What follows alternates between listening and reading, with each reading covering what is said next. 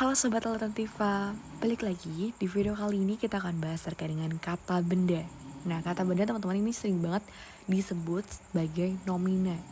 Nah, kita akan mulai yang pertama terkait dengan pengertian si kata benda itu sendiri. Sebenarnya apa itu si kata benda sih? Nah, jadi teman-teman, kata benda atau nomina itu adalah kata yang mengacu pada entitas. Misalnya tuh manusia, atau konsep misalnya tuh akal. Kalau teman-teman nanti cari di KBBI, dia biasanya tuh nanti ada simbolnya ya dengan huruf N kayak gitu di dalam kurung.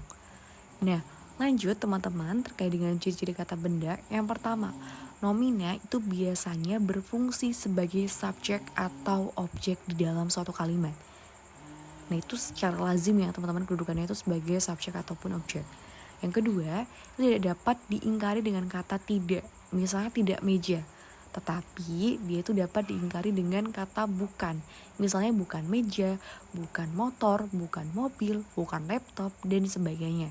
Yang ketiga, dapat didahului atau diikuti oleh numeralia. Numeralia itu adalah kata bilangan nih teman-teman ya. Di sini contohnya aku pakai kata 5 gelas. 5 itu masuknya ke dalam numeralia. Nah, maka ketika kita coba sandingkan dengan kata benda itu bisa masuk. Yang keempat, itu dapat didahului atau diikuti oleh kata jamak. Contohnya banyak lebah, bisa lagi sejumlah kursi, kayak gitu. Beberapa mobil, itu juga bisa teman-teman. Yang kelima, itu dapat diikuti oleh adjektiva atau kata sifat. Contohnya di sini aku pakai kucing lucu. Lucu ini masuknya dalam kata sifat teman-teman. Nah, ketika disandingkan tuh masuk. Contohnya lagi kayak mobil itu keren. Nah, keren itu juga masuk ke dalam kata sifat kayak gitu. Jadi teman-teman bisa dicoba dengan beberapa ciri-ciri ini ketika kalian bedain mana kata sifat atau bukan. Untuk kata benda itu terbagi menjadi dua teman-teman.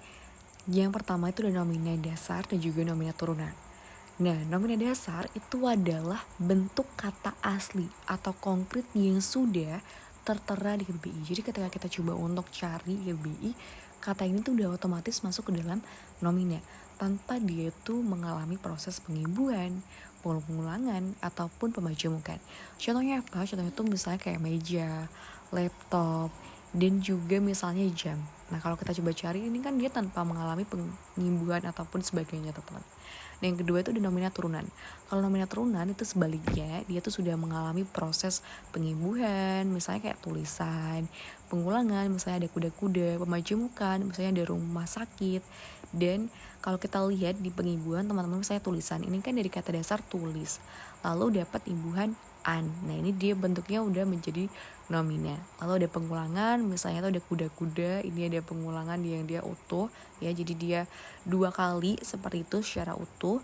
Terus ada pemajemukan, misalnya kayak rumah sakit. Di sini kalau kita lihat secara harfiahnya kan dia menimbulkan satu makna baru, yakni tempat untuk berobat atau tempat penyembuhan di bagi pasien seperti itu. Nah, jadi di sini dia masuk ke dalam kata benda. Jadi teman-teman, kata benda itu bukan cuma harfiahnya cuma dari satu kata saja, tetapi bisa mengalami berbagai macam proses.